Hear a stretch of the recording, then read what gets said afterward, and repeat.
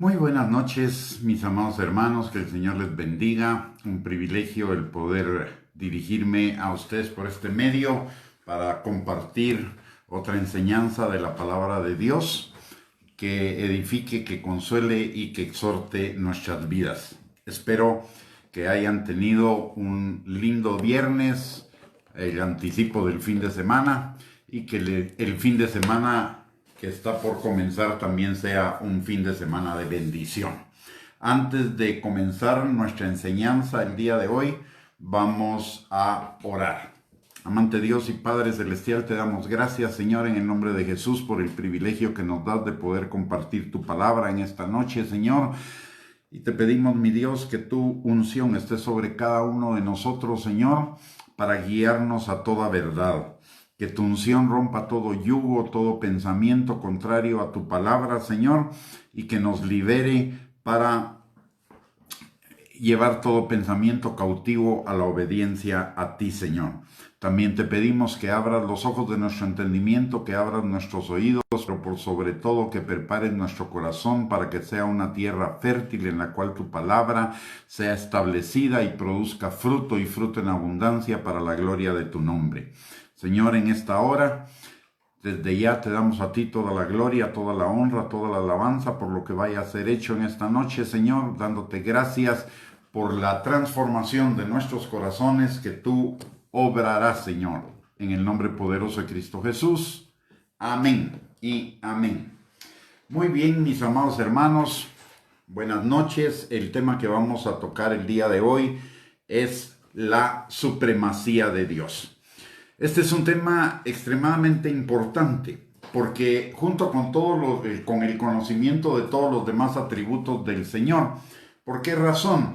Porque si no conocemos al Señor como nos lo enseña la palabra de Dios, lo que podemos incurrir muy fácilmente es en la idolatría. La palabra de Dios en Juan capítulo 17 y versículo 3 dice: y esta es la vida eterna, que te conozcan a ti, el único Dios verdadero, y a Jesucristo, a quien has enviado. O sea, la vida eterna depende del conocimiento verdadero de Dios. Y hoy, desgraciadamente, es importante que toquemos este tema porque hay mucha gente que tiene un concepto y está manejando un concepto equivocado de Dios, y no solo desde la perspectiva de los creyentes, sino aún desde los púlpitos. Se está manejando en muchos casos una idea de Dios que no es totalmente la que la palabra de Dios nos enseña. Por eso este tema es extremadamente importante. Y para ello vamos a iniciar con lo que dice el Salmo 50 y versículo 21. Y ahí el Señor está haciendo una observación muy importante que necesitamos tomarla en cuenta siempre. La Escritura dice: ¿pensabas que de cierto sería yo como tú? O sea, este no es un error nuevo, es un error que ha venido por los siglos de los siglos. Y un error que ha propiciado la desobediencia, un error que ha propiciado que no se le ponga atención a la palabra profética de Dios o a la corrección de Dios, porque las personas desde muchos siglos atrás han pensado que Dios es como nosotros, cuando realmente la palabra de Dios nos enseña que es totalmente diferente a nosotros. Somos hechos a imagen y semejanza de Dios, pero eso no quiere decir que Dios sea exactamente igual a nosotros. Dios puso algunas de sus características en nosotros, pero no quiere decir que sea exactamente igual a nosotros. Lutero decía en una carta que le dirigió a otro sacerdote en aquel tiempo, en el tiempo de la Reforma, le dijo algo que es también importante y que va en relación con esto que dice el Salmo 50, 21. Dice: vuestro concepto de Dios es demasiado humano. Nosotros creemos que a Dios, que así como podemos manejar, por ejemplo, que así como podemos manipular a otras personas con nuestras emociones, sentimientos o palabras, podemos manipular a Dios con nuestros sentimientos, emociones y palabras.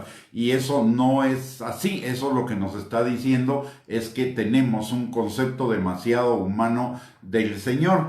Y vamos a ver algunas de las características que estamos enfrentando el día de hoy en esos conceptos que desde algunos púlpitos o desde algunos sectores de la cristiandad se nos quieren vender acerca del Señor.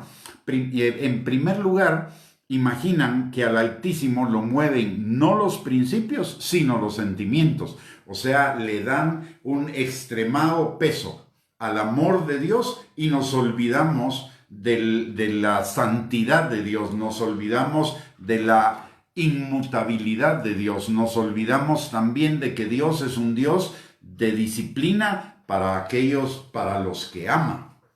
Entonces solo nos fijamos en el aspecto que nos interesa, el aspecto ese emocional que nosotros manejamos mucho, que somos fácilmente convencibles por emociones o movibles por emociones y creemos que Dios es de la misma forma y que Dios se va a saltar lo que son sus mandamientos. Por eso muchísima gente se enfoca en las bendiciones de Dios, más no en los mandamientos de Dios.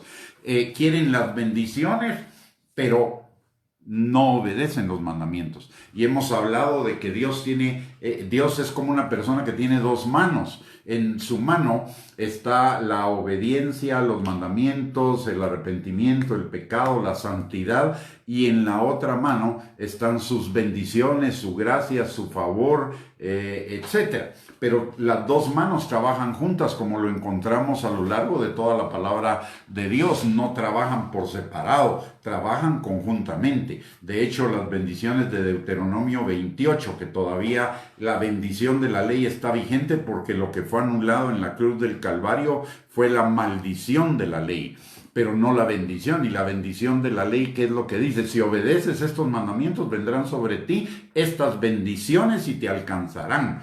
¿Qué dice la palabra que dijo Jesús al respecto? Mateo 6:33, busca el reino de Dios y su justicia, o sea, sus leyes, sus principios, sus mandamientos, y todas las cosas te serán dadas por añadidura. Esos son sus bendiciones. ¿Y qué dice el Nuevo Testamento? Por ejemplo, en tercera de Juan 2.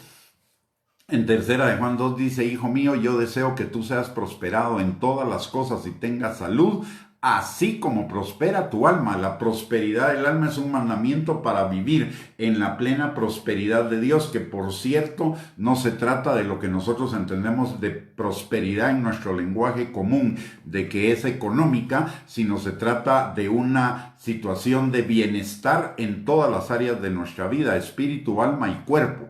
Entonces, ahí tenemos un ejemplo de cómo muchas personas tienen una idea equivocada de Dios, una idea sensiblera, emocional de Dios, y no una idea conforme a lo que nos enseña la palabra de Dios. En otro aspecto también de esa imagen muy humana que manejamos a veces de Dios, es que en el fondo suponemos o suponen que su omnipotencia es relativa y que Satanás puede desbaratar los designios de Dios a su antojo. Hay muchísima gente que le tiene más miedo al diablo que a Dios. Le tiene más miedo a lo que el diablo le puede hacer que a desobedecer a Dios. Y eso nos está hablando de que esta persona no está entendiendo realmente quién es Dios, el Todopoderoso, el Altísimo, el que está sobre todas las cosas. El hecho de que Satanás se haya revelado ante Dios no lo tomó a Dios por sorpresa, más bien es un designio de Dios que así sucediera. Las razones quizá no todas las alcancemos a entender, pero a Dios no le sorprendió la rebelión de Satanás, como tampoco le sorprendió la caída de Adán, ni le ha sorprendido que alguno de nosotros peque, etc. Eso a Dios no le sorprende. Él ya lo sabe, Él ya lo conocía de antemano, Él conoce todas las cosas de antemano. Dice la palabra, desde antes de la fundación del mundo. Y si Él Él conociendo que Satanás se iba a revelar, si Él hubiera querido, se opone. Y no hubiera pasado absolutamente nada. pero hay razones y la palabra nos las da, algunas de ellas, no todas, porque los caminos del Señor y sus pensamientos son más altos que nuestros caminos y nuestros pensamientos, pero vemos algunas, podemos encontrar algunas de las razones por las cuales sucedió eso, que está dentro del plan y dentro del propósito de Dios para que la humanidad alcanzara esa eternidad maravillosa que vamos a alcanzar los que creemos en el Señor. Entonces, Satanás no es más poderoso que Dios, de ninguna manera es más poderoso que Dios. Es más, Satanás, para poder tentar o para poder afectar a Job, para poder probar a Job como lo probó, le tuvo que pedir permiso al Señor, y eso nos habla de que Dios es todopoderoso, que tuvo que pedir permiso a Dios para poder afectar de alguna manera a Job, y Dios le puso límites, y es lo mismo que Dios hace con el diablo con respecto a cada uno de nosotros. La palabra de Dios dice que no vamos a ser tentados más allá de lo que podemos resistir, y juntamente con la tentación Dios nos va a dar la salida. ¿Y qué significa eso? Que el diablo está limitado a tentarnos si es necesario en aquellas cosas hasta nuestras fuerzas, no más allá de nuestras fuerzas, y el Señor va a estar ahí para darnos la salida. Este es un pensamiento, por supuesto, que es mucho más alto de lo que nuestras mentes a veces pueden comprender, pero es lo que la palabra de Dios nos enseña. Y vamos a creer en el Dios de la palabra, o vamos a creer en un Dios de la conveniencia de solo algunas cosas de la palabra y otras no. Esa es la pregunta que nos tendríamos que hacer. Vamos a creer en el Dios de la palabra, porque la salvación nuestra no depende de las cosas que nosotros creamos. Depende de las cosas de que conozcamos verdaderamente a Dios y de las cosas que Dios ha determinado. No es una salvación a nuestro gusto y a nuestra medida. Dios no nos da un menú para decirnos qué cosas qué cosas sí queremos y qué cosas no. Él nos dio su palabra, y toda su palabra es lo que nosotros necesitamos vivir hacia lo que debe encaminar nuestros pasos en este mundo.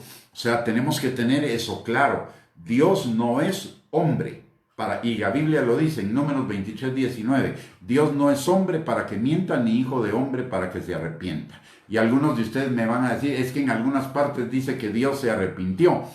Momento.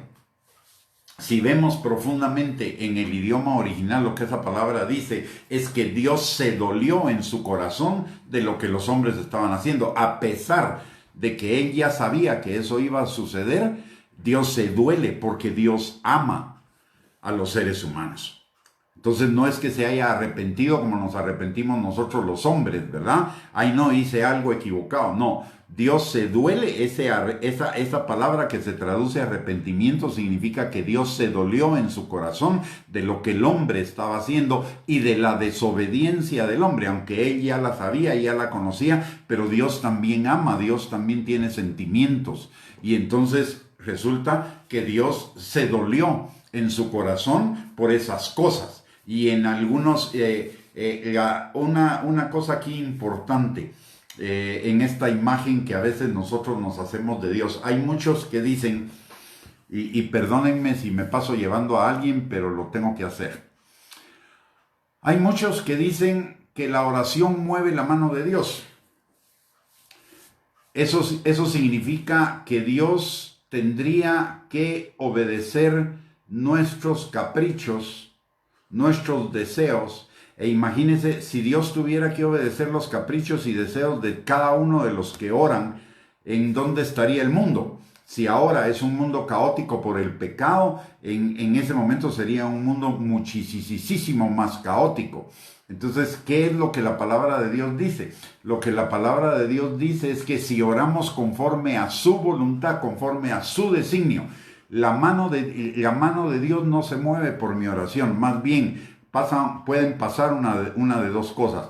O Dios me mueve a su voluntad a través de la oración, y entonces oro conforme a su voluntad y las cosas suceden. O bien, lo que está sucediendo es como dice Romanos capítulo 11, de que es Dios el que pone el querer como el hacer por su buena voluntad. Entonces Dios puso ese querer orar en esa dirección y hacerlo en esa dirección por su buena voluntad, y por eso sucedió lo que yo estaba orando, pero yo no fui el que determinó la respuesta de Dios.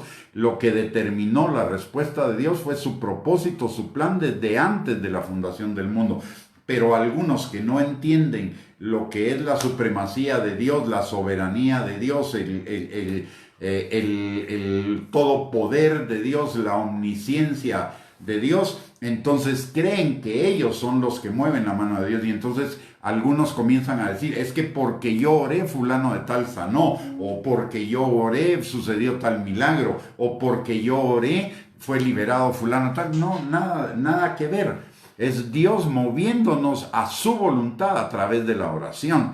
Yo no muevo la voluntad de Dios, es Dios la que mueve mi voluntad a su voluntad. Por eso también en Romanos 12:2 dice la palabra que no nos conformemos a este mundo, sino que transformemos nuestro entendimiento por medio de la renovación que trae la palabra a nuestra mente, para que comprobemos cuál sea la buena voluntad de Dios, agradable y perfecta.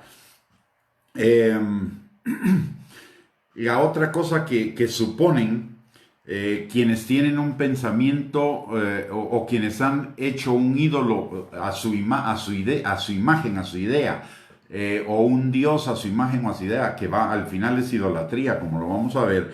Creen que si en realidad Dios tiene un plan o propósito, ese plan puede ser cambiado, puede ser transformado, puede estar sujeto a cambios. Entonces resulta ser que eso va en contra de la palabra de Dios, porque la palabra de Dios dice que lo que Dios hace, lo que Dios se propone, eso hace. Que Dios no cambia sus planes, Dios no cambia su palabra. Y si no cambia su palabra, tampoco va a cambiar sus planes, ni va a cambiar sus propósitos para con cada uno de nosotros. También declaran abiertamente que sea el poder que Él tiene, ha de ser restringido, porque Él no puede invadir mi privacidad, mi libre albedrío. Déjenme decirle algo al respecto del libre albedrío. El libre albedrío no existe en la palabra de Dios. En la palabra de Dios solo existen dos posibilidades. Una posibilidad, libre albedrío, supondría una multitud de probabilidades y que todas tuvieran el mismo efecto. Sin embargo, la palabra de Dios nos enseña que solo hay una posibilidad. Y si no tomamos esa posibilidad, nos vamos al agujero.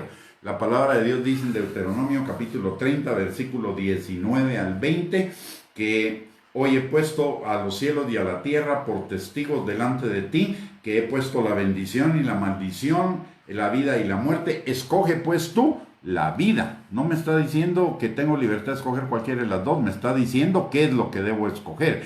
Y si no escojo lo que Él ha determinado, entonces voy a tener las consecuencias de la muerte y de la maldición. Mientras que si escojo la vida, si escojo la palabra de Dios, voy a tener las consecuencias de la bendición y de la vida.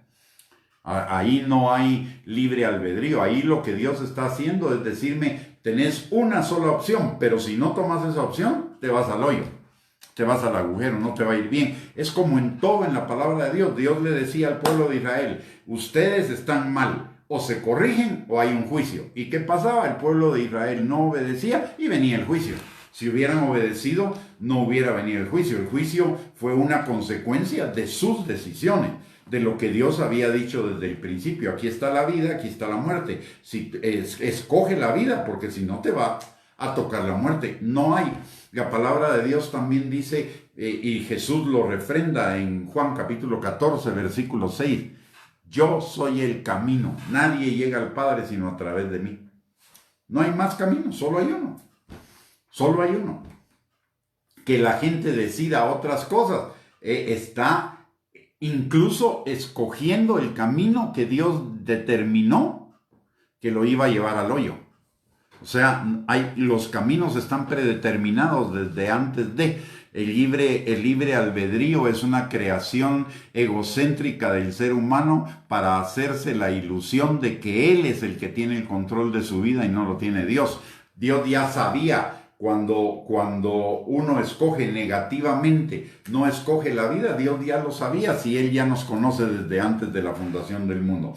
Y Dios no lo evita para que a través de esas circunstancias seamos disciplinados, corregidos, enseñados y nos volvamos a sus testimonios. Él lo permite por amor. ¿Para qué? Para que nos volvamos a sus testimonios. Y también cuando el impío no obedece al Señor, también va a cosechar las consecuencias de lo que Dios dijo. No va a cosechar consecuencias diferentes. El libre albedrío supondría que yo puedo decidir qué es lo que quiero hacer y que voy a tener la cosecha que quiera tener. No es así. No es así. En la palabra el libre albedrío no existe. De hecho, el libre albedrío no es una creación bíblica. El libre albedrío es una creación de la ley romana. No, y en la Biblia no está mencionada de ninguna manera. En la palabra de Dios solo tenemos dos alternativas. O servimos a Dios o servimos al diablo. O pensamos las cosas de Dios o pensamos las cosas del diablo. O adoramos a Dios o adoramos al diablo. Aunque sea a través de un montón de subterfugios que el diablo ha creado, pero al final de los finales, en última instancia, solo hay dos caminos, no hay libre albedrío. Solo está el camino de la bendición o el otro camino que Dios dijo, que es el camino de la maldición. Ni siquiera el diablo determinó los caminos los determinó Dios. Él es el que está en control. Él es el que tiene la supremacía. El diablo no puede hacer nada. Mis hermanos, si pudiéramos entender ese concepto, el diablo no puede hacer nada. En primer lugar, que Dios no se lo permita. Y en segundo lugar, que yo no lo permita. El diablo solo puede hacer aquello que yo permito que haga en mi vida. Si el diablo me tienta, no es que el diablo sea todopoderoso. Al final el que decidió caer en la tentación fui yo, no fue el diablo. Porque el diablo no tiene poder. El diablo lo único que tiene es que es el padre de la mentira. Lo único que el diablo puede hacer es engañarnos, pero de ahí todo lo que sucede de ahí en adelante lo hacemos nosotros. El mundo está como está, no porque el diablo lo haya hecho así. El mundo está como está porque nosotros los seres humanos permitimos que las tentaciones del diablo operaran en nosotros y nosotros caminamos fuera de la voluntad de Dios y convertimos este mundo en lo que este mundo es el día de hoy. Entonces no podemos ignorar la supremacía de Dios. Por ejemplo, en el tema de la salvación, y ya voy a terminar con estos ejemplos para entrar verdaderamente en lo que significa la supremacía de Dios, pero necesitaba aclarar estos conceptos para que si alguno de nosotros está manejando un concepto equivocado en este momento podamos corregirlo. Algunos desvirtúan la obra del Espíritu Santo en la salvación. Primero desvirtúan la salvación, porque la salvación la convierten en una oferta del Evangelio para aquellos que la quieran aceptar. El Evangelio nunca fue una oferta. El Evangelio es las buenas nuevas de la salvación en Cristo Jesús. Punto. No es una oferta. No es decirle a la gente, bueno, si quieres ser salvo, aquí está, y si no, pues en otra oportunidad. No, así no es la cosa. La palabra de Dios no nos enseña que la salvación sea así. La palabra de Dios dice, en primer lugar, que teníamos los ojos cegados en nuestro entendimiento por el príncipe de las tinieblas. ¿Cómo es posible que una persona que estaba cegada pueda ver la luz del Evangelio? Porque estábamos cegados para que no nos resplandeciera la luz del Evangelio. ¿Cómo una persona puede quitarse ese velo? Si nos pudiéramos quitar ese velo por nosotros mismos, de balde murió Cristo. Ese velo nos lo quita el Espíritu Santo. Y ese Espíritu Santo fue mandado por Dios para ese momento a quitarnos ese velo. De hecho, la palabra de Dios dice, ¿cómo es posible que uno que en un instante es un pecador y ama el pecado, al otro momento esté arrepentido? Se nos olvida que la palabra de Dios dice que es el Espíritu Santo el que provoca el arrepentimiento. Y también se nos olvida que es el Espíritu Santo el que convence al mundo de pecado y además es el que nos guía a reconocer el señorío de Cristo, como lo dice Primera Corintios capítulo 12, versículo 3, que nadie llama a Jesús Señor sino por el Espíritu Santo. Perdón, es en el versículo 4. Nadie llama a Jesús Señor sino por el Espíritu Santo. Entonces la obra de la salvación no es una oferta. La salvación, incluso muchos todavía dicen, es que yo acepté a Jesús. No, tampoco es cierto.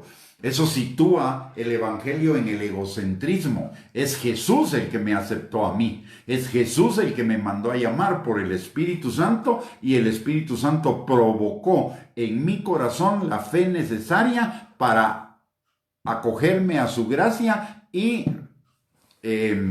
atender ese llamado de parte de Dios. Y le voy a poner un ejemplo, y es un ejemplo que nos ha de haber pasado a todos. Cuando yo fui salvo, yo ni siquiera tenía idea. Yo ni siquiera tenía idea de que era ser salvo, de que había que ser salvo, o de que quisiera ser salvo, o de que estuviera buscando al Señor. No, para nada. Yo tenía 13 años en ese momento y a mí no me interesaba para nada lo religioso ni nada con Dios. Yo andaba en mis propios rollos de adolescente. Es más, le tenía miedo a Dios, porque lo poco que sabía de Dios me lo habían metido a puro reglazo. Yo no quería nada con Dios. Y de repente algo sucedió. Yo no me lo puedo explicar. Solo sé que algo sucedió en un momento específico que mi vida fue cambiada. Y de alguien que no tenía interés en el Señor a alguien que sí tenía interés en el Señor. Y nadie me predicó. Nadie me habló de Dios. Fue un encuentro entre el Señor y yo en plena calle. Ahí pasó. Nadie me predicó, nadie me habló, nadie nada de nada.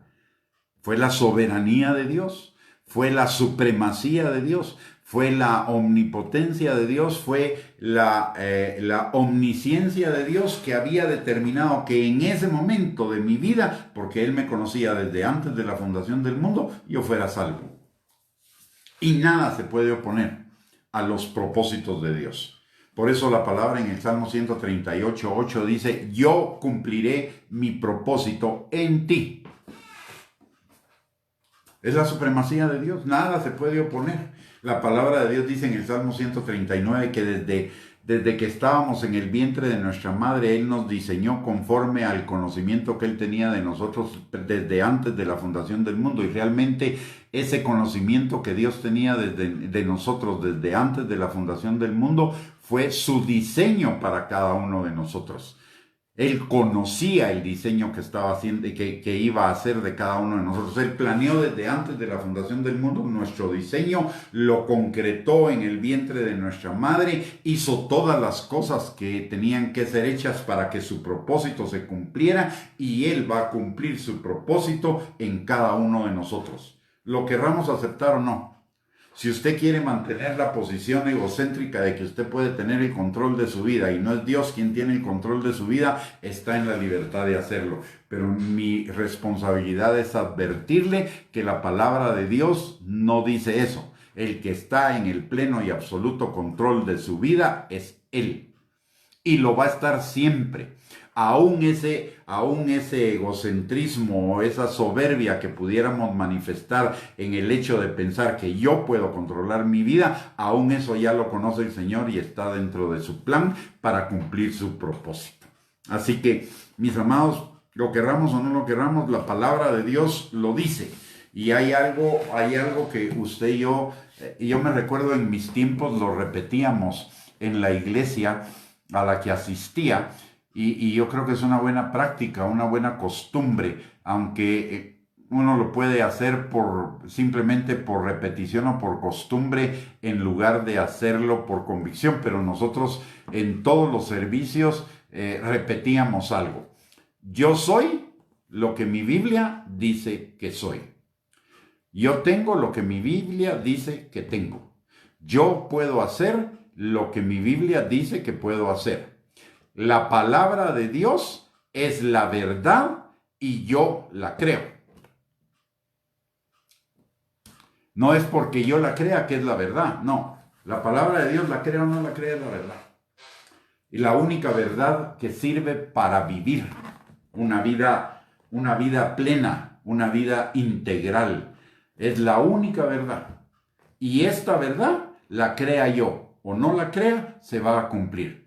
Si la creo, voy a recibir los beneficios de creerla. Si no la creo, voy a recibir los juicios de no creerla. Así que la palabra, la verdad, la veracidad de la palabra, la verdad de la palabra no está en discusión, es irrefutable.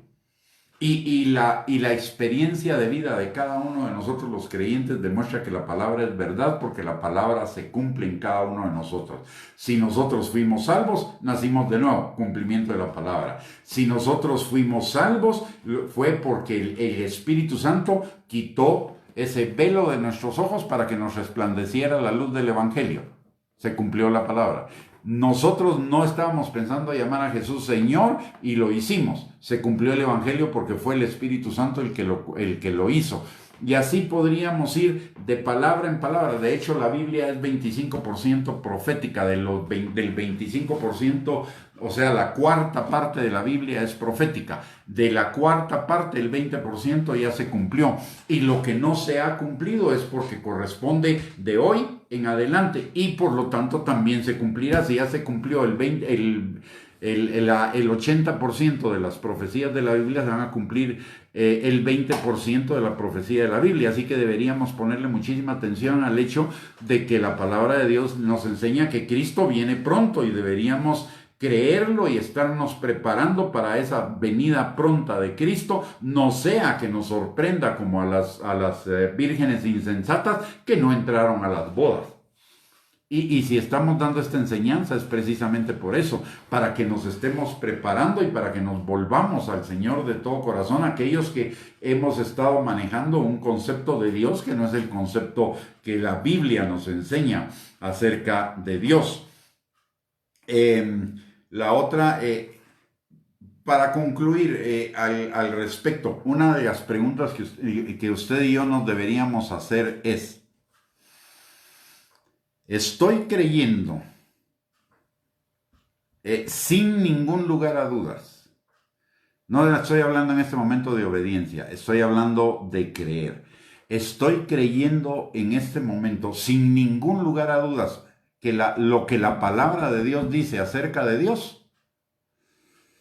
No le estoy diciendo que me crea a mí, no, le estoy diciendo que si está creyendo, si usted cree verdaderamente que lo que dice la palabra de Dios es verdad. Si es verdad, yo voy a pedir un favor. Después de esta enseñanza, usted vaya a la Biblia y compruebe si lo que yo le estoy diciendo es verdad o no. Si lo que le estoy hablando no está en la palabra de Dios. Y la tercera cosa, si este libro, la Biblia, es la verdad, por favor, esforcémonos en ponerla por obra. No la pongamos en duda, como aquellos que dicen, no, es que el diezmo ya no es del Nuevo Testamento. Y hasta dicen una mentira, porque dicen que en ninguna parte de la palabra de Dios, del Nuevo Testamento, está mencionado el diezmo, y eso es mentira. Jesús lo mencionó y lo menciona en Hebreos capítulo 7, y ahí lo menciona en tiempos presentes, no en tiempos futuros, número 1. Número 2, el gran error de muchos es que no se han percatado que cuando la palabra de Dios dice que escudriñemos las Escrituras, en ese momento el Nuevo Testamento no estaba escrito. Las Escrituras que había que escudriñar era el Antiguo Testamento. Y cuando Pablo dice que toda la Escritura es inspirada por Dios y útil para enseñar, para redarguir, para instruir y para preparar al hombre para toda buena obra, a las Escrituras que él se refería eran las Escrituras del Antiguo Testamento. Eso nos hablan que las Escrituras del Antiguo Testamento siguen vigentes a la par de las del Nuevo Testamento. Así que es una perfecta ignorancia acerca de Dios, porque Dios no es Dios que quite, es Dios que suma. Y si bien es cierto, algunas partes como las leyes sanitarias o las leyes de los sacrificios en el Antiguo Testamento ya no están vigentes, porque el mismo Dios en algún momento dijo que ya no, eso no significa que toda la ley ya no se tenga que cumplir y ya no la tengamos que considerar. De hecho, el Nuevo Testamento, en lugar de disminuir los principios o de relajar los principios del Antiguo Testamento, los pone en un nivel mucho más alto. Y si no, las enseñanzas de Jesús en el monte, en el sermón del monte, cuando dice: oísteis que fue dicho, por ejemplo, no cometerás adulterio, pero yo te digo, con solo que mires a una mujer para codiciarla, ya cometiste adulterio. Elevó la norma. Dice: ojo por ojo, diente por diente, mas yo os digo, amen a sus enemigos y bendíganlos. Oísteis que fue dicho, todo aquel, o no cometerás adulterio o asesinato, pero yo te digo, con solo que llames fatuo o tonto o algo por el estilo a tu hermano, ya eres culpable de juicio. O sea, no es menos, es más. ¿Y por qué a nosotros el estándar es más alto? Muy simple. En el Antiguo Testamento el Espíritu Santo no había venido a habitar en las personas, pero en el Nuevo Testamento la palabra de Dios dice que el Espíritu Santo viene a habitar en nuestro interior, que nosotros somos templos del Espíritu Santo. Y en Ezequiel capítulo 36, versículos del 24 en adelante, la palabra de Dios profetiza, tal como se cumplió en el Nuevo Testamento, que Él enviará el Espíritu Santo para que guardemos sus testimonios, para que guardemos sus mandamientos. Y Jesús lo refrenda cuando en Juan capítulo 14, versículo 16, dice que Él nos dará al Espíritu Santo para guardar sus mandamientos, porque guardar sus mandamientos es amarlo a Él. Así que, mis amados, necesitamos este libro no es un libro de mitos. Hay algunas denominaciones que ya están diciendo que no hay que creer en la Biblia, que los milagros de la Biblia son mitos y que no solo hay que creer ciertas cosas que ellos seleccionan como les conviene, pero esta palabra, la misma palabra de Dios nos dice en Apocalipsis, en el último capítulo de Apocalipsis, en el versículo 18, ojo con eso, dice: yo testifico a todo aquel que oye las palabras de la profecía de este libro. Si alguno añadiere a estas cosas, Dios traerá sobre él las plagas que están escritas en este libro. Y si alguno quitare de las palabras del libro de esta profecía, Dios quitará su parte del libro de la vida y de la santa ciudad y de las cosas que están escritas en este libro. O sea, es delicado. Una cosa es que nos cueste obedecer, pero otra cosa es que neguemos lo que la Biblia dice. Si yo comienzo a negar lo que la Biblia dice, entonces lo que yo hago ya no es pecado, es enfermedad, como dicen muchos. ¿Ya? Los creyentes verdaderos no tenemos otra alternativa posible sino creer en un Dios absolutamente supremo o no creer en Él. Porque si vamos a creer en un Dios a medias, eso es idolatría. Ese es un Dios de fabricación en nuestra mente. O Dios lo es todo o Dios no es nada. Un Dios que no tiene control sobre mi vida, un Dios que va a hacer lo que yo diga en lugar de que yo haga lo que Él diga, ese no es Dios. Ese es una invención de nuestra mente y una idolatría. Y la palabra de Dios nos dice que no nos hagamos imagen, y ahí no está diciendo externa o interna, sino que incluye las dos, que no nos hagamos imagen diferente a lo que está en el cielo de lo que la palabra de Dios dice. Así que si creemos otra cosa acerca de Dios, tenemos que tener cuidado porque estamos cayendo en idolatría. Y la palabra de Dios equipara la idolatría a la rebelión, y permanecer en eso lo hace equivalente a hechicería y obstinación. Entonces tenemos que tener cuidado. Nosotros los evangélicos, para agruparnos cuestionamos muchísimo la idolatría de la otra iglesia. Pero lo que no nos damos cuenta es que nosotros somos idólatras. O nosotros podemos ser idólatras. Cuando idolatramos nuestras ideas más que lo que dice la palabra de Dios, cuando idolatramos las doctrinas de nuestra congregación más que lo que dice la palabra de Dios, aunque vaya en contra de la palabra de Dios, cuando construimos doctrinas o enseñanzas en nuestras congregaciones que son incompletas de acuerdo a lo que nos enseña la palabra de Dios, eso es una idolatría también, porque estamos detrás de todo eso, lo que hay es una idea de un Dios que no es como el Dios que dice la palabra de Dios. Entonces necesitamos tener muchísimo cuidado a eso. Por eso la palabra nos manda a escudriñar las Escrituras. Jesús dijo, escudriñen las Escrituras, porque en Juan 17:3 dice que las Escrituras, que la vida eterna es el conocimiento de Dios y que las Escrituras son las que dan testimonio de Dios. Entonces no es que alguien me dijo, no es que yo tenga que creer lo que alguien me dijo. El mismo Pablo nos lo enseña en el libro de Hechos cuando habla de los de Berea. Pablo a los de Berea los alaba de una manera especial. ¿Y por qué los alaba de una manera especial? Porque él dice que los de Berea eran más nobles que los de todas las demás ciudades, porque después de que Pablo les predicaba, ellos iban a la Escritura para ver si lo que Pablo había dicho era lo que decía la Escritura. Y es lo mismo que deberíamos hacer nosotros.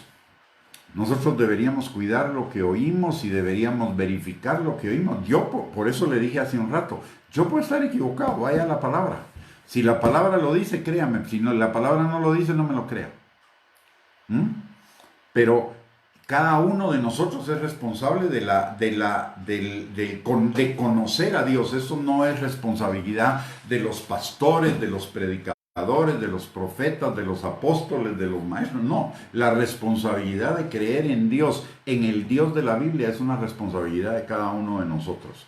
Y necesitamos asumir esa responsabilidad, porque la palabra de Dios nos lo dice, escudriñen las Escrituras. Que no se aparte este libro de nuestros ojos ni de nuestra boca. Y la palabra de Dios dice que que tengamos en la palabra de Dios nuestra delicia y que meditemos en ella de día y de noche, porque entonces vamos a ser prosperados en todas las cosas. Entonces necesitamos regresar a ese concepto de la supremacía de Dios, de prescindir de cualquier concepto de Dios que se parezca a algo humano, porque Dios no es humano, Dios es sobrehumano, y si bien nosotros fuimos hechos a la imagen y a la semejanza de Él, no quiere decir que somos exactamente iguales a Él, porque si fuéramos exactamente iguales a Él, no pecaríamos, porque Dios es santo. Pero porque esa imagen fue desvirtuada por el pecado que entró por Adán a todos nosotros, es que nosotros ya tenemos muy pocas cosas semejantes a Dios. En nosotros necesitamos restaurarlas a través del conocimiento de la palabra de Dios. Pero qué error tan grande que siendo nosotros imperfectos rebajemos a Dios a nuestro nivel en lugar de hacer lo que la palabra de Dios dice, de subir nosotros constante y gradualmente al nivel de Él. Muy bien. Miren algunos pasajes que nos hablan de la supremacía de Dios. Sobre todas las cosas, sobre todas, no solo sobre algunas, no solo sobre el mundo inmaterial o sobre ciertas cosas del mundo espiritual o sobre ciertos aspectos de la vida humana. No, la palabra de Dios la proclama a todos los niveles, esa supremacía absoluta y universal de Dios. Dice la palabra, por ejemplo, en el primer libro de Crónicas, capítulo 19, versículos 11 y 12, dice: tuya es, oh Jehová, la magnificencia y el poder, y la gloria, la victoria y el honor, porque todas las cosas, ojo, todas las cosas son todas, ¿no? Porque todas las cosas que están en los cielos y en la tierra son tuyas. Tuyo, oh Jehová, es el reino, y la altura sobre todos los que están por cabeza. Y tú señorearás a todos. Nótese que dice señorearás ahora, no señorearás en el futuro. Tú señoreas a todos, sobre todos. De hecho, Jesús no va a ser Señor. Jesús ya es el Señor. Ya en el libro de Hechos nos dice la palabra de Dios que el Padre hizo a Jesús Señor sobre todas las cosas. Por eso la palabra de Dios dice, Jesús en Mateo 28, 18 dice, toda autoridad me ha sido dada en el cielo y en la tierra. Y toda autoridad significa toda, la autoridad absoluta. Y cielo y tierra implica todo lo creado. O sea que Jesús tiene toda la autoridad sobre todo lo creado. Igual que Dios, porque es Dios quien le delega esa autoridad. En el segundo libro de Crónicas, en el capítulo 20, versículo 6, la palabra de Dios dice, Jehová, Dios de nuestros padres, ¿no eres tú Dios en los cielos y te enseñoreas en todos los reinos de la gente? ¿No está en tu mano toda fuerza y poder que no hay quien, ni siquiera el diablo, te resista? Él es único. ¿Quién lo hará desistir? La palabra de Dios dice que lo que su alma desea, Él lo hace. La palabra de Dios dice que Él es Rey de reyes y Señor de señores. O sea, usted puede juntar a todos los reyes y a todos los señores en el universo, tanto en lo espiritual como en lo natural. Y el Señor está sobre cada uno de ellos.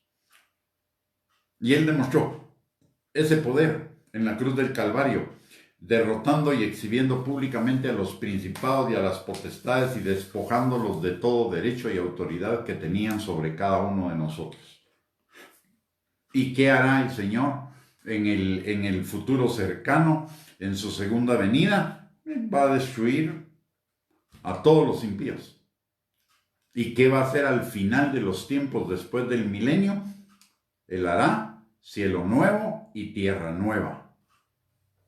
¿Es todopoderoso o no? ¿Es como nosotros? Definitivamente no. Usted y yo no podemos crear casi nada. Es más, no lo creamos. Solo ejecutamos el plan de Dios que ya está incluido en la creación para una cosa en específica. Y le voy a poner un ejemplo. La mesa está incluida en el árbol que produce la madera para hacerla.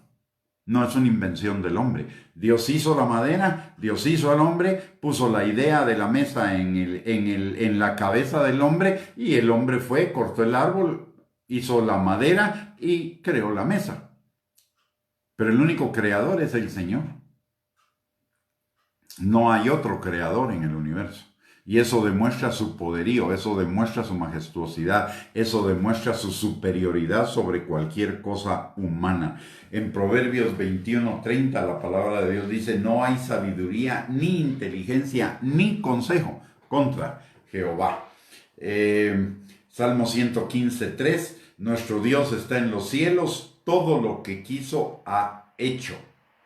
No hay para dónde, mis amados hermanos. Necesitamos despojarnos de esas ideas que disminuyen el poder, la sabiduría, la potencia, la majestuosidad, la grandeza de nuestro Dios. Y si creemos en eso, y si verdaderamente creemos en su omnisciencia, en su todopoder, en su grandeza, en su magnificencia, etc., lo que necesitamos hacer es creer en su palabra. Mire, yo me he topado con mucha gente y quizá por eso este tema me apasiona, porque me he topado con muchísima gente que a la hora de que tienen problemas o de que hay alguna situación en su vida y uno va y les habla, dicen, sí, y uno les habla la palabra de Dios y la palabra de Dios es supremamente clara en cuanto a la directriz que deben tomar, pero siempre salen con sí, pero yo pienso, o sí, pero yo digo. Se están poniendo encima del consejo de Dios. Y eso es endiosarme por poniéndome arriba de Dios. Es exactamente lo mismo que quiso hacer el diablo. ¿Qué quiso hacer el diablo? Poner su trono por encima del trono de Dios. ¿Y qué pasó? La caída. ¿Y qué va a pasar con quienes no reconocemos o no reconozcan la absoluta veracidad de la palabra de Dios en todos sus aspectos y que, como dijo Jesús, ni el cielo ni la tierra, ni una tilde ni una jota pasarán de la ley hasta que todo se haya cumplido? ¿Qué es lo que nos espera si nosotros ponemos en duda la palabra de Dios? Lo mismo. En buen chapín, un trancazo. Nos vamos a somatar la cara por ahí si no consideramos lo que la palabra de Dios nos está diciendo. La palabra de Dios no se discute, la palabra de Dios no se cuestiona. La palabra de Dios solo nos quedan dos alternativas ante la palabra. Como dice Deuteronomio 30, 19 al 20. O la obedecemos y obtenemos vida a cambio, o la desobedecemos y tenemos muerte a cambio. No hay otra, no hay otra. Y tener una idea diferente de Dios, y tener una idea diferente de la palabra, y tener una idea diferente de Jesús, y tener una idea diferente del Espíritu Santo, constituye idolatría, porque estamos adorando a un Dios que no es el Dios de la Biblia, es un Dios de nuestra creación. Así que, mis amados hermanos, es el tiempo de que nos volvamos absoluta y totalmente a la palabra de Dios, tal como la palabra de Dios nos lo afirma. De hecho, la palabra en Hechos capítulo 17, versículo 28, dice que en Él somos, en Él vivimos, en Él nos movemos y en Él morimos. Y Romanos capítulo 11, versículo 36 dice, porque de Él, por Él y para Él son todas las cosas.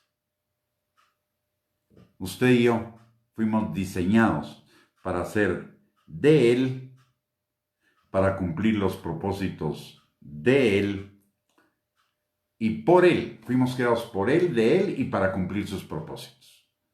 Y sus propósitos están contenidos en la palabra de Dios. Así que es tiempo, mis amados hermanos, de que todos nos volvamos a la palabra, de que todos nos volvamos verdaderamente al Señor. Y si usted encuentra a alguien que le está predicando de un Dios diferente al que dice la Biblia, de un Dios que debe obedecer nuestros caprichos, de un Dios que debe obedecer nuestros decretos, nuestras declaraciones, de un Dios que solo nos debe bendecir, pero al cual no hay que obedecer, de un Dios que solo bendice, pero no un Dios que requiere la santidad, el arrepentimiento, la obediencia y que al pecado lo llama pecado. Tenga muchísimo cuidado porque lo pueden desviar de la verdadera obediencia a Cristo. Lo pueden desviar de la verdadera fe en el Señor Jesucristo. Encarecidamente le rogaría que usted tome estas directrices en consideración, que las medite, que las lleve a la palabra de Dios, y que si el Señor le muestra que son la verdad, que por favor las haga, las ponga en práctica, que no sea un mensaje más. Este es un mensaje muy delicado. Me he topado con demasiadas personas que creen en un Dios que más parece Santa Claus que Dios. Un Dios que aún en medio de sus pecados, de su desobediencia, de su incredulidad respecto a lo que dice la palabra de Dios, del rechazo de la corrección que la palabra de Dios trae, creen que Dios los tiene que bendecir y que Dios los va a bendecir. Y ese fue el error del pueblo de Israel. El pueblo de Israel era el pueblo escogido de Dios. Ellos hicieron pacto con el Señor de que iban a seguir todos sus principios, mandamientos, sus leyes. Y de repente se comenzaron a desviar poquito a poquito. El Señor llevó profetas, mandó profetas para que les avisaran de que si seguían en esos caminos iban a la calamidad. No les hicieron caso, siguieron creyendo en lo que se les daba la gana respecto a Dios, y como desoyeron las advertencias, cayeron en la calamidad. La destrucción de Israel, la destrucción del templo, la destrucción de Jerusalén, fueron llevados cautivos 70 años a Babilonia, y regresar y reconstruir el Israel original les llevó años de años. Hay que tener cuidado, mis hermanos. Dios es un Dios de amor. Mire, Dios es un Dios amorosísimo. Es un Dios de misericordia. Es un Dios de gracia. Pero también es un Dios justo y Dios no puede declarar correcto lo que Él ha dicho que es incorrecto. Dios no puede bendecir donde ha dicho que no va a bendecir. Dios no puede pasar por alto lo que ha dicho que no hagamos. Es cierto que Dios es un Dios de amor y de gracia, por eso también está la misericordia, porque podemos volvernos a Él y pedir perdón y arrepentirnos, y Él va a perdonar nuestros pecados y nos va a introducir de nuevo en la vida de la gracia, pero no podemos pretender vivir la vida de la gracia desobedeciendo al Señor, porque la gracia no alcanza para eso. Lo que alcanza para eso es la disciplina del Señor, pero no la gracia.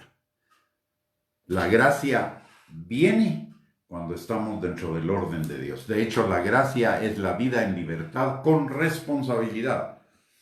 Así que, mis amados hermanos, revisemos por favor en qué Dios creemos. Vayamos a la palabra de Dios para ver si toda la palabra de Dios nos enseña al respecto de.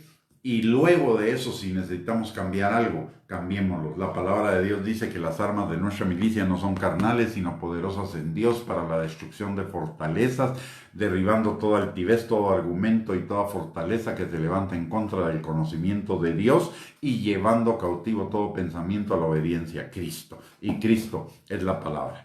Para comenzar, yo le sugeriría, lea Salmos. Lea Salmos. Y en Salmos se va a llevar sorpresas. Lea el libro, lea Proverbios. También nos vamos a llevar sorpresas, pero léalo detenidamente. Y conozca quién es el Dios al que servimos, quién es el Dios al que seguimos. Amén. Necesitamos volver a los fundamentos, porque desde hace mucho tiempo, muy poco a poco, levemente, sutilmente al principio, más fuerte en el medio y ahora, muy fuertemente nos hemos desviado de la palabra de Dios, desobedeciendo lo que la palabra de Dios dice. En Jeremías capítulo 15, versículo 19. No te conviertas a ellos, sino que ellos se conviertan a ti. Y resulta que la iglesia se ha convertido en algunos sectores, no estoy diciendo todos, pero en algunos sectores se han convertido al mundo. Igual que el mundo andan detrás de la codicia, el dinero. Igual que el mundo andan detrás del éxito y del crecimiento del ego, con la autoestima, el éxito, el dominionismo. Cuando la palabra de Dios nos llama a otras cosas y nos dice que esas serán las añadiduras de la obediencia a Cristo. Así que, mis amados hermanos, por favor, revisemos, se los ruego encarecidamente por la salvación de sus almas, revisemos en qué concepto tenemos al Señor, si el concepto que tenemos del Señor es un concepto bíblico, fundado en la Biblia 100%, o es una combinación de ideas bíblicas con ideas humanas que resulta en una idolatría. Esto es una cuestión de carácter de vida o muerte, o de calidad de vida eterna en la próxima venida de Cristo. Así que, mis amados hermanos, los exhorto a meditar en esta enseñanza, y yo sé que no es una enseñanza de las más emocionantes, no es una enseñanza que muchos vayan a aceptar, porque ahora esa es otra cosa. Hoy en el cristianismo hablar de pecado, de santidad, de arrepentimiento, de obediencia, etcétera, pareciera que en algunos lados es mala palabra, pero es lo que dice la palabra de Dios. Por favor, volvámonos a los fundamentos, y eso solo va a traer bendición, principalmente en estos tiempos, en que son tiempos peligrosos para la iglesia, y van a ser más peligrosos en la medida en la que más nos acerquemos a la venida de Cristo en el arrebatamiento por su iglesia. Muy bien, hemos terminado la enseñanza el día de hoy. Solo quisiera recordarle dos cosas. Si esta enseñanza ha sido de bendición para sus vidas, compártala en sus redes sociales con sus contactos, y si usted quisiera más enseñanzas que van en esta dirección de edificación, consolación y exhortación y de preparación para cada uno de nosotros para la venida de Cristo, puede acceder a nuestro canal en YouTube a nombre de Gustavo Bianchi. Ahí están todas las enseñanzas que hemos impartido con los bosquejos, muchas de ellas, para que usted pueda seguir la enseñanza, no solamente oyéndola, sino también leyéndola. Y finalmente le quiero recordar, el próximo lunes a las 8 de la noche volveremos a encontrarnos en este medio para enseñar acerca de otra de las cualidades o atributos de Dios que necesitamos conocer, porque conocer a Dios es conocer la vida eterna. Así que, mis amados hermanos, permítanme que antes de terminar la transmisión podamos orar. Padre bendito, te damos gracias, Señor, en el nombre poderoso de Cristo Jesús. Señor, en esta noche te pedimos, mi Dios todopoderoso, que tu palabra haya sido sembrada en nuestros corazones y produzca fruto, y fruto en abundancia, para la gloria de tu nombre. También te pedimos, Señor, la dirección de tu Espíritu Santo y del consejo completo de la palabra para renovarnos, Señor, en todas aquellas ideas acerca de ti, Señor, que no corresponden a la realidad, y que llevemos todo pensamiento cautivo a la obediencia a Cristo, Señor. Padre, también te pedimos en esta hora por cada uno de nosotros y por cada uno de los miembros de nuestras familias, y te pedimos, Padre, que tu mano poderosa esté sobre cada uno, sanando al que está enfermo, restaurando al que está quebrantado, libertando, Señor, al que esté cautivo, Señor, por obras de las tinieblas.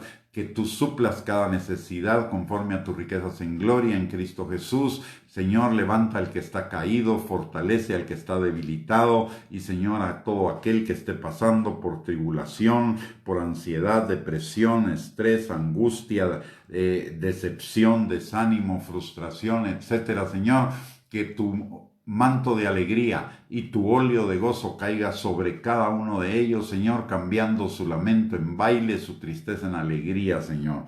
Te lo pedimos, Padre, en el nombre poderoso de Cristo Jesús, así como también te pedimos que a cada uno de nosotros, Señor, nos des más hambre y sed de ti. Que en nuestros corazones, por tu Espíritu Santo, sea establecido, Señor, el principio de David, que como el siervo clama por las aguas en el desierto, así, Señor, nuestra alma clama por ti, Padre.